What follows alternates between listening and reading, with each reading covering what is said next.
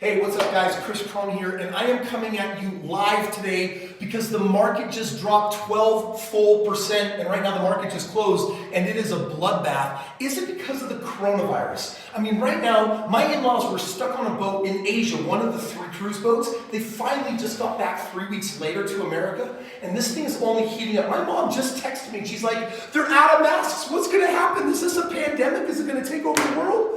Right now, $5 trillion has come out of the stock market in the last 4 days. So what that tells me is confidence at an all-time low, which is why a number of things are mobilizing here in my office. First and foremost, I brought in my 2 financial experts. I've got Eddie right here. I got Rob Gill from Epic. Guys, I just flew you in so that we could actually be nailing the market right now. Absolutely. What's your take on the market? Because people are panicking, people are pulling their money out. What's happening Right now, there's irrational behavior going on. People don't know what to do. Their actions are based on emotion. There's not a philosophical strategy that they're bringing to the table. So all they're doing is acting out of fear. Saber-tooth tigers are all over the place. And there is a strategy moving forward, which is a calmness and understanding over a long-term point of view, but that ain't happening. And by the way, my wife told me not to bring coronavirus home with me as well. That's good. So guys, we're in Utah, a little bit insulated, but Eddie, you know, from your financial expertise, what's happening in the market right now? I think people are panicked, right? I think that if we look back at all the different pandemics that have hit and what the ramifications of those were, long-term, people are still up from years ago. We've had a good bull run. We've been talking about a pullback for a long time. The Dow is officially in correction territory, and I would say that you should be out there and you should be talking to your financial advisor. Now, there's a lot of people that get really nervous when the market does this, and right now, this is the biggest bath we've taken in the market since August 2011. So right now, look at that. That's a really long stretch. The stock market has a cycle, just like real estate does, and the cycle in the stock market from its high to its low, that entire cycle and then coming back up again, to create a full rotation on average is 8 years. Look at where we're at since 2008. We're in an 11-year run. And so here's the big question on people's mind. Is it going to get bad before it gets better? Is this going to correct itself? Is it going to keep moving in a positive direction? Or is this really just the beginning of the next really bad turbulent cycle? Here's what I can tell you. I want you to come with me. My team is going nuts right now on all of our real estate findings and building wealth that we do. You know, in the last 4,000 projects that we've done, we've done nearly $1 billion of takedown, and in all of those transactions, we're averaging a 25% ROI. We track the stock market closely. My investors track the stock market closely, and behind this door is the team that actually buys the real estate and makes it happen. What are you guys doing? You see, team, real estate is a game. No. You guys are playing Stratego or what is this? It's called power. Okay. And you don't know anything about power, Chris. Right. Okay, so listen. You want strategic? Clearly there's confusion. Let me just ask you guys some questions right now. Yes. In real estate, with our clients, are we at a record in originations? Yes. Yes. Okay, the stock market right now is taking a bath. It's just closed at its all-time low for the last 4 days, 12% down, which means more people are going to come out of the market, more people are going to want to get in the game of real estate. Next time I come in here, can we have 10 more houses under contract? No problem. Sure, yeah. Hey Chris, can you show me some of the deals that you got on your desk right there? Can I see those on that clipboard? So I just want everyone to understand that you have alternatives in the marketplace. In fact, Rob Gill with Epic, one of the things that they do is they educate people on their alternatives. This is a deal, this actually looks a lot like what I just saw out there in Florida. It's exactly what you just saw out there in Florida. This is the home that I just made a video on. You sure did. All right, so this home was built in 2003, 1,600 square feet. It's a beautiful single family. This is in Orlando. So this is a market that traditionally performs closer to 30% annual ROI. Listen, when the stock market's high, it's like, oh my gosh, the market's good, and we have a year or two where we're doing 20 or 30% returns, but guess what you have to trade that for? It's out of an 8-year cycle. It's 3 years before dollars will actually return back to their original. So it's a buy and hold waiting game. I hate that. I don't like having some years, a couple years that are really good, a couple of years that are really bad, and then a handful of years that are just really lame. It's like, it's not my personal style. But on this particular deal, you can see it's cash on cash. It's going to pay out 6% a year. By the way, the stock market doesn't pay you out anything. Real estate pays you out on a monthly basis. That's true. And then your cash on cash plus principal reduction is 10%, but with appreciation. On this market right now, strongest market in the country, you're at 31%. That's an actual ROI. 6% that you realize in cash on cash, 31% that you're actually getting over time. Are you guys playing classical music in the background while you're playing a secret game of Stratego? Yes, instead sir. of getting deals under contract? Are you kidding me? You gotta have fun, Chris. You All taught right. us that. These guys are having fun, which is pretty awesome. So here's what's going down. When you look at the stock market, right now the question is this the beginning of the end of the drop-off, or are we going to see the market return and come back in full glory? Because this is live, I can interact with some of you, and if you have some questions, I want you to go ahead and tee those up right now, because I'm here with some of my financial experts that can help you understand a little bit more of what's happening in the market. And by the way, if you've got money in the stock market, think about that. $5 trillion, while you're queuing up your questions, $5 trillion coming out of the market. What that really means is that people have lost their confidence, and people have been waiting. Like, we've seen billions taken out this last year, waiting for people to say, oh my gosh, I'm gonna time the market. By the way, most people can't time the market really well. They get screwed when they play that game because the best experts don't even really know. I mean, right now, the coronavirus, are you kidding me? That's not to be confused with my last name, Crone. Coronavirus is definitely something altogether different. So, Ryan, what kind of questions are we getting? Let's filter through and grab some questions that we're seeing from people. All right, Christopher Valvo. What's up, Christopher? Shout out, buddy. He says, does insulate mean protect or how to take advantage? Okay, so Ryan, I'm going to come to you, Rob, on this question. He wants to know, Christopher wants to know, is there an opportunity to take advantage of, or should he be pulling back to insulate and protect himself? There's always an opportunity to take advantage, providing you have a game plan of cash flow and liquidity, so when those market dips do happen, you would be able to go back in, provided there's proper diversification allocation. With that being said, though, what Chris was just talking about is the ability to get multiple different tangible rates of return by having money fed back to you through his overall strategy. Yeah, I mean, for me, Christopher, one of the things that I do is, and I need to disclose this, I don't keep $1 in the stock market. Some people will do it as a point of diversification. I personally can't stomach single-digit returns through the stock market. Earning 6 or 7% as an annual ROI, same in my 401ks or IRAs. With the rule of 72, it takes, on average 12, 15, 18 years to double your money. And if you think you're going to work for 30 or 40 years, that means you're going to double your money 2 times, maybe 2.5, but you're not going to double your money 3 times. And so most people aren't making enough money and putting in for a single-digit return to get with them where they want to go.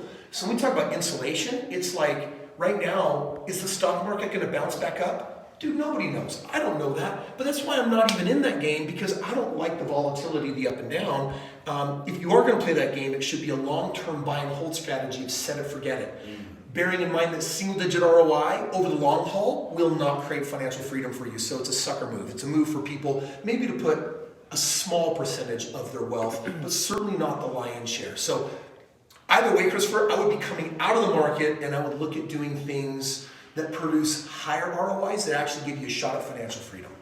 As far as being traders, check the record. There's no world-class generational trader that's been ever more successful than what Chris just mentioned, which was set it and forget it. Anyone that says that they're a successful trader, you've got to check the record and look at them when the market goes down. Yeah, awesome.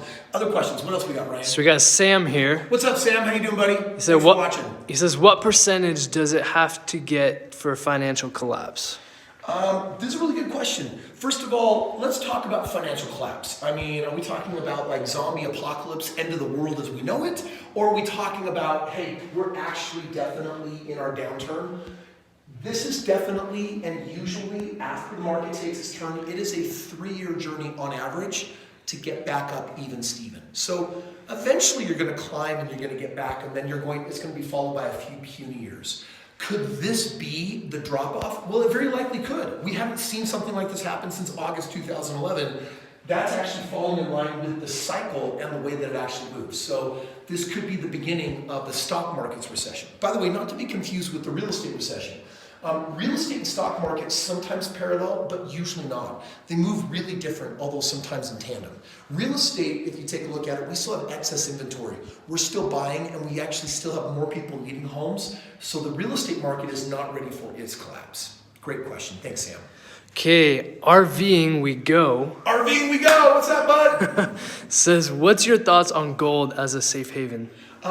Good question. I'm going to come to Rob on this, and then Eddie, I would love both of your perspectives. By the way, these guys do, for me, all of my financial planning. So all of my estate planning, you guys probably think I put all my money in real estate, and you're mostly correct. I put most of my money in real estate. My holdings are through the roof, but I own commercial buildings, and I own other companies and other businesses. So this is the team that does all of my financial planning for my entire current, present, and future life. Rob, what's your point of view on gold? That's a great question. When I look at the coronavirus risk and the geopolitical risk with our relationship with China, I think gold, based on every individual's portfolio, every individual out there should have gold in their portfolio on some percentage. That would be more of a private conversation. I can't just give it to a global commentary, but having gold is a very smart move overall in the overall planning process. Perfect, awesome. Eddie, what do you think about gold? So gold as a precious metal, I think, to Rob's point, it's okay to have some in your portfolio. The thing that concerns me about gold is I think a lot of people run to it as a safe haven. But in a zombie apocalypse, are we going to be buying things with bars of gold? It'll be alcohol, chipping stuff it'll be off, salt. right? We're definitely never going back to a gold standard. Plus, there's cost involved with owning gold when you buy it through different brokerage houses. So those are things you have to be aware of when you're looking at I mean, the bottom line, guys, is that gold is a store of value, right? So it holds value, but that value, while it may go up and down in value, it doesn't actually earn you anything. So what it is I call it a special kind of investment. It's called a speculative investment, which means I'm buying it. Maybe you're buying it, holding it will hold its value. Maybe you're buying it, hoping it will go up in value. For me, I love to put my money in things that actually have an active lifetime benefit to me now in my life. That's one of the secrets to how I velocitize and spin my money up to actually getting it doing more for me. So am I a holder of gold? A very small amount. And that's it. It's just for a little bit of diversification. Great question. What else we got, Ryan? Sergey Kukos. Sergey Kukos. We may have butchered that. Yeah. He says, are your books available online, on the web? Good question. Come with me. So I'm currently writing my 5th book. I want to show you what these look like. So every time I write a book, I find a way to give it to people in the public for free, because what I do is I spend years accumulating knowledge, and then I want to put it in people's hands. When I say give it away for free, literally, people just pay for the shipping, and then they get the book for free. This isn't our shipping center. This is my event center. But I'll show you that this right here, for example, this is my Straight Path to Real Estate Wealth book. This is an intro to real estate. This is a beginner book for someone that wants to invest in real estate but doesn't know how, and I show you how to do it in your backyard and have your highest degree of success that you can have. So that's one of my books that you can find for free, by the way, in the links below. This book is called Limitless. This is my mindset. This is my book on how do you build a millionaire's mind to be able to create massive amounts of wealth. Because even if I give you the right strategy, if you don't develop the mind, it can be problematic. I've written some other books. My latest book is all about how we're financially screwed based on single-digit ROI. And in the book, I'll be showing you how to get double-digit ROI through real estate, triple-digit, quadruple-digit, and so on. Another one of the publications, which I saw around here somewhere, is it's my track record. Here it is. We just came out with this publication. This is my track record on my last 4,000 homes. In fact, I have thousands of my homes printed in here, address and all, so you can research everything that I've done. And this talks about how we've been averaging a 25% ROI in the real estate market. It shows and discloses my strategy. People will get this and literally rip it off. They will use it. They will leverage it. And I invite you to do that. We're having so much success and building so much wealth. I want to give as much free information as I can. So in the links below is where you can certainly access those. Great question. What else? Okay, Humbrish Kumar. Humbrish, what's up, buddy? He says, first of all, I like your shirt. It's really cool. Oh, which one? My blue one? This is made by something in Maine and Mainz, and it stretches like crazy. Wait, let me feel. Is that cool? Oh, wow. It's kind of cool. It's like an exercise shirt. And then he also said, should I diversify my investments or specify? Rob, what's your opinion on that? I think you should diversify within and amongst asset classes, understanding not everything is in the stock market. There's also alternative investments outside of the stock market. And in that space, that's where you could specify your certain strategies. I agree. Next. Okay, says Reese Car 14. What's up, Reese Car 14? Should I invest in real estate index funds? So if we talk about REITs and real estate index funds, I am not a fan of them. The biggest reason why is you typically get kind of put into a kitty with a lot of other investors. And at the end, based on all the management fees that come out, there's very little for you to keep at the end. So often it's like putting your money in real estate, but in a stock market approach where you're often still getting, unfortunately, single digit ROI. Not a fan, doesn't work for me. So I think that there are some more intelligent approaches. People that typically do that, it's because they don't want to actually be hands-on. And I get it. Some of what I do is I teach people how to get super hands-on in real estate, and some of what I do is teach you how to get hands-off. When you're looking for an index fund, it's because you're basically saying, I want my money in real estate, but I want to be hands-off. And if you feel that way, there's some really great options for you. One of the links below is where you can ask for a free consultation to talk to my team. They'll get on the phone with you and actually show you the best way to put your money into real estate while maintaining all of the control and not being a part of the fund where you can get those higher ROIs. So I would recommend doing that. Good question. Okay, guys, listen, we got time for only a couple more because my guests here are in town, and we are literally hard at work on adjusting to what the coronavirus is dishing up in the stock market, and people are flooding in wanting to get in the game of real estate, saying, hey, it's higher ROIs, it's better tax deductions, ultimately it's more money on a monthly basis coming in here. The stock market doesn't do that, and every time the stock market crashes, it's good for my industry, it's good for my business. When the economy drops, it's also really good because, and I want to tell you this, there's no fear. There's a ton of fear around the coronavirus right now. And right now, the population as a whole is afraid. You should, when everyone is running this way, you need to run the other direction. So when everyone is buying, you should be selling. And when everyone is selling, you should be buying. In fact, when confidence drops, it does reveal huge pockets of opportunity, especially in real estate.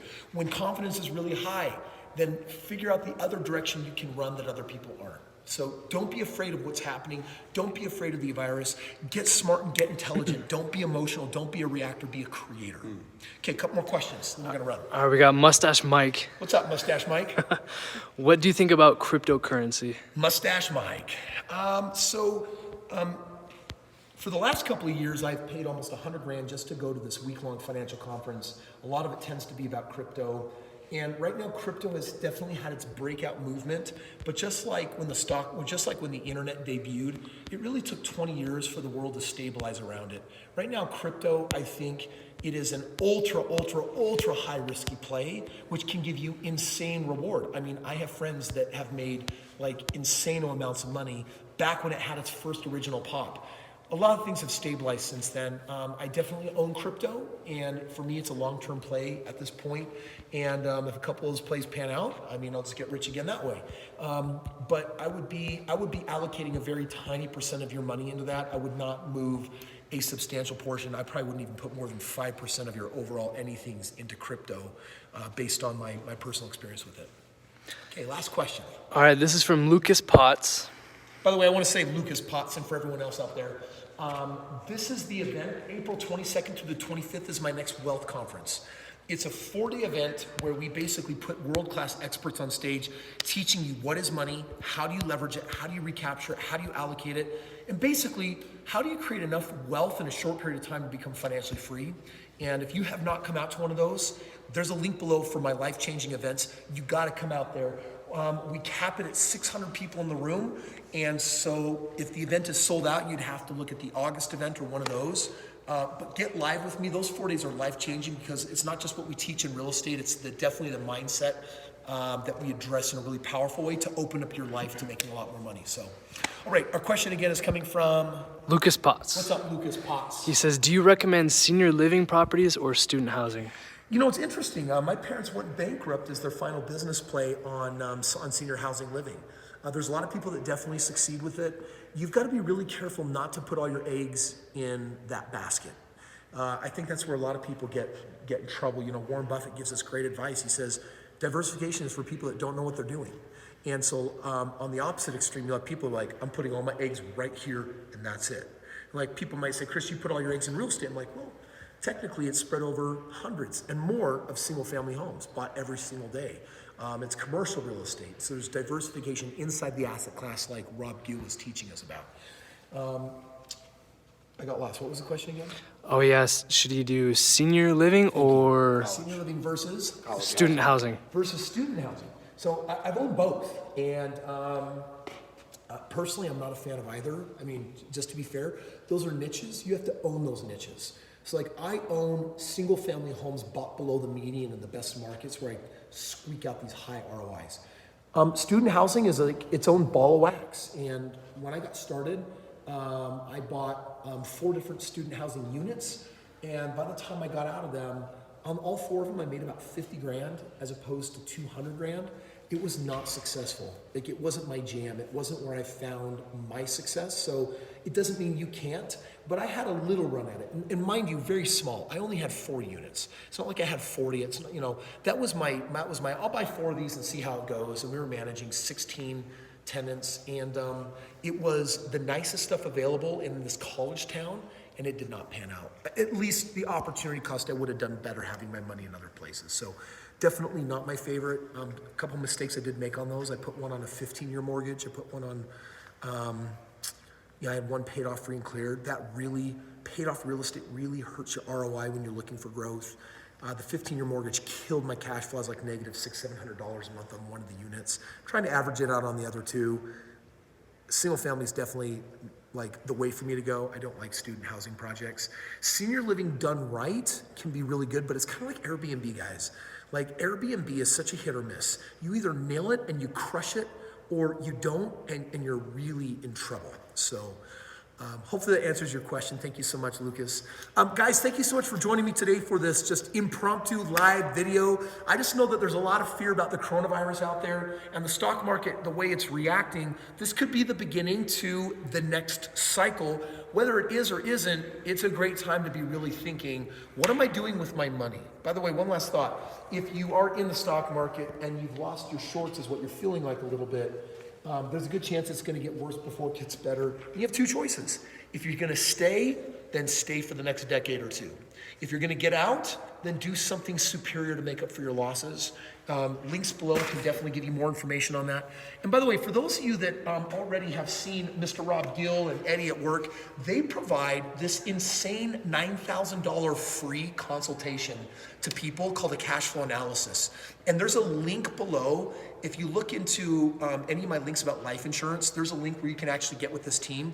On average, with each analysis, they find a way to save someone $9 grand so they can put it towards investing or just smarter stuff. They do not charge for that service. And then afterwards, there's no like hidden sales pitch. It's literally something they do. It's what I really respect about their company.